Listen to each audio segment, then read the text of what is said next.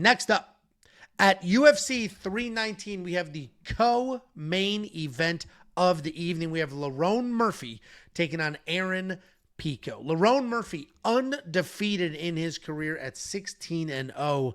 He has 7 finishes. He is taking on Aaron Pico, 13-4 in his career, 4-1 in his last 5. He is making his long-awaited UFC debut. This is a matchup that has people torn all over the place. I have not seen anywhere where majority of people agree on this fight. You either get, I don't trust any of these Bellator fighters, and we just saw Patchy Mix destroy his bloodline. Then you get people saying Lerone Murphy's just a point fighter. Aaron Pico is a nasty boxer and has unbelievable wrestling. So I understand the question marks here, and that's what makes it a great fight, because we don't agree, and we'll have those questions answered on Saturday night. We got Lerone Murphy, very good striker. He moves incredibly well. He'll light up your body. He'll step completely out of the pocket, move away, then he'll come back in. His footwork is very good. He is sneaky dangerous on his feet. His takedown defense is listed at 52%, but he does a really good job scrambling back up if he is taken down. He's taking on Aaron Pico. A lot of you might not recognize that name. He's one of the more hyped prospects signed by the UFC. He originally was supposed to pop up against Movsar Evloev in UFC Abu Dhabi, but now he's in this co-main event in one of the bigger pay-per-views of the year. The reality is he's a very good fighter. He's a nasty striker. He's a great boxer. He's got phenomenal credentials top to bottom. He made his way to the finals of the Olympic trials. It was 1-1, and I think he gave up a point not to make the Olympic team. He went right from there. That was out of high school. And he went right from there to, fuck it, I'm going to fight professionally. Now you're going to say, well, he's got 5 losses on his record. 4 losses on his record. One of them is a straight up injury. So one's an injury, wasn't really a true loss. The other ones, he was just rushed too soon. This guy is in his mid-20s at this point, and he just had too much too soon. There was too much hype, too much money, didn't quite get the normal work your way up that most people do, but he is a nasty wrestler. He's got very clean boxing. Aaron Pico is a very good fighter. The people picking against him are just citing his losses or the sins of Bellator past, like Patchy Mix. I'm going with Aaron Pico here. I'm pretty confident in him. The reality is he is 10 times the fighter now than he was in 2019 with his last legitimate loss. Lerone is extremely technical on the feet. He can certainly have some success striking, but I do think Pico's wrestling is going to be way too much here. If old-ass one-punch power, whatever the hell his name is, what the hell is his name? Josh Emmett was able to take Lerone Murphy down 4 times. I can't imagine what clean, smooth striker Aaron Pico, also with much higher level wrestling, can do. Aaron Pico is going to be the pick, and the odds have been yo-yoing quite a bit here. What do you think, Jacob? I'm going to tell you exactly how this fight's going to go. You guys are going to watch the fight, and you're going to be like, wow, that's exactly what Jacob said is going to happen, and this is what's going to happen. Aaron Pico's going to come in. He's going to try to prove a point, right? He's heard all this stuff. He wants to make a statement. Co-main event, big point or big spot on the card.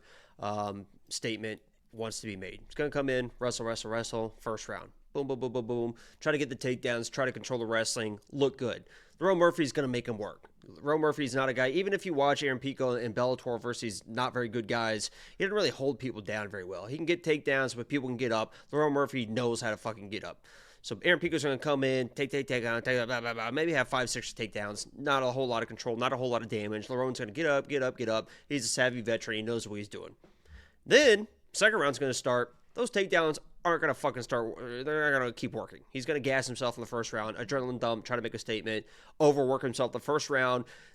Lerone Murphy is much different than those people that he's been fighting. And once the takedowns stop working, Lerone Murphy's going to do what Lerone Murphy does. Footwork, outside, point fight, touch, failed takedown, touch, failed takedown, touch, cage control, circle off, touch. It's going to be a 29-28 Lerone Murphy win. It's going to make it look like just a classic Lerone Murphy fight. Just withstand the crazy pressure early, do his thing in the later rounds. People are going to be like, oh my God, it's a close fight. Lerone Murphy's going to win the fight.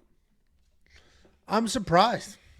And you're just, Is a lot of that have to do with what Aaron's level of competition was? And you're like, I can't trust this guy at this level? I just he doesn't keep people down. If you're not keeping this guy down, you're gonna have to shoot. You're gonna have to get fucking 10, 15 takedowns. You're not gonna get that against Lerone Murphy. Yeah, I mean, I am an Aaron Pico believer, but I've been following his career for way too freaking long. So I might have some inherent bias, but I remember the hype when he first went pro, and then when he first went to the Bellator, and so I'm believing in Aaron Pico here. I do think he gets it done. I am surprised that he is such a big favorite against an undefeated guy who has been tested. But in my mind, Lerone Murphy, I mean, he did come back. He is tough, but he got dropped bad against Dan Ige. It was a competitive fight against Josh Emmett. Like, Lerone Murphy is a typical, very good striker, very clean, but he's not like he doesn't run away with a fight. He wins the close ones. And those are my thoughts. Sounds like the perfect matchup for this. I mean, the scenario you ran through is obviously not outlandish. That's exactly what Pico's going to come in and try to make a fucking statement. And maybe he's able to get a finish. I mean, he's capable. He's obviously, I've seen the highlights. He's capable, but he's going to come in and try to make a statement in the first round, and he's not going to pace himself. And Lerone Murphy, he's just Mr. Calm, Cool, and Collected. He doesn't get overwhelmed. He just does what he does. Well, because I remember you and I were at Cosm for UFC 318. I had Lerone Murphy in the safety parlay. And Dan Ige almost finishes him in the first. I was like, oh, fuck me. But Cool, Calm, Collected was able to gather his shit and just rally and take over the rest of that fight. Yeah, he got smoked with an up kick versus Barbosa, went to the corner, gathered himself, and dominated the fight. Yeah, I mean, listen, I don't hate anybody on the Lerone Murphy side. You at least broke it down logically and didn't just say, oh, Bellator fighters suck. You talked more about Lerone Murphy's actual skill set, because the number one theme is Bellator fighters suck. I'm not going with Bellator fighters, which I don't. Is a dangerous guy. He's going to sit back. He's going to be wait for the takedowns, circle out, good footwork, good counter boxing, fight at range. Sure. Yeah, I mean, I'm very excited for this matchup. That's what makes these fights good, where you don't quite know exactly what's going to happen. Competitive matchup, some fresh blood in this division. And if Lerone Murphy wins this fight, it's like, well, at this point, you got to be talking about him to get a title shot. If you need a tiebreaker, because Jacob and I are split here. The last guy he fought was fucking 40 on a 2-year layoff, and he couldn't even hold that guy down. Are you talking about Lerone Murphy? Because that was quite literally Lerone Murphy's circumstances as well. Literally. What? Those are Lerone Murphy's circumstances as well. He fought a 40-year-old coming off a long layoff. Josh Emmett was an actual fighter. The guy Aaron Pico fought wasn't a fucking anything. Aaron Pico is supposed to be his dominant whatever. He couldn't hold that guy down. I mean, I'm believing the hype. I guess we'll see what ends up happening. You guys know I am partial to my wrestlers. It'll go exactly how I said. I'm going to be annoyed if it does. I'll be honest with you. $8,000 in DraftKings Fantasy, $8,200 in DraftKings Fantasy. They obviously see this as a very close fight, which I imagine it will be. And if it's not close, it's because, I mean, Aaron Pico is the more dangerous of the two. So an inside the distance decision, no action type bet on him, but that's going to be juiced. If you do want to check out every pick, every bet, every tool, if you want a tiebreaker here, because Jacob and I didn't fully agree, we have an artificial intelligence picking fights based solely off of historical data.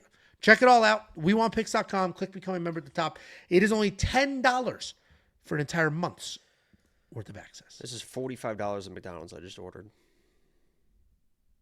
Is it all fees? What the hell is in a $45 order? Oh, my God. I ordered too much because this was a previous order. They used to have 6-piece nugget, buy one, get one free, but they don't this time. So that's why the total is because so you much. ordered 2 things of nuggets. Dude, I 6-piece nugget, medium fry, ranch snack wrap, 2 cheeseburger meal. I mean, that's a lot, but that's not crazy. That's not $45. Why is that so expensive?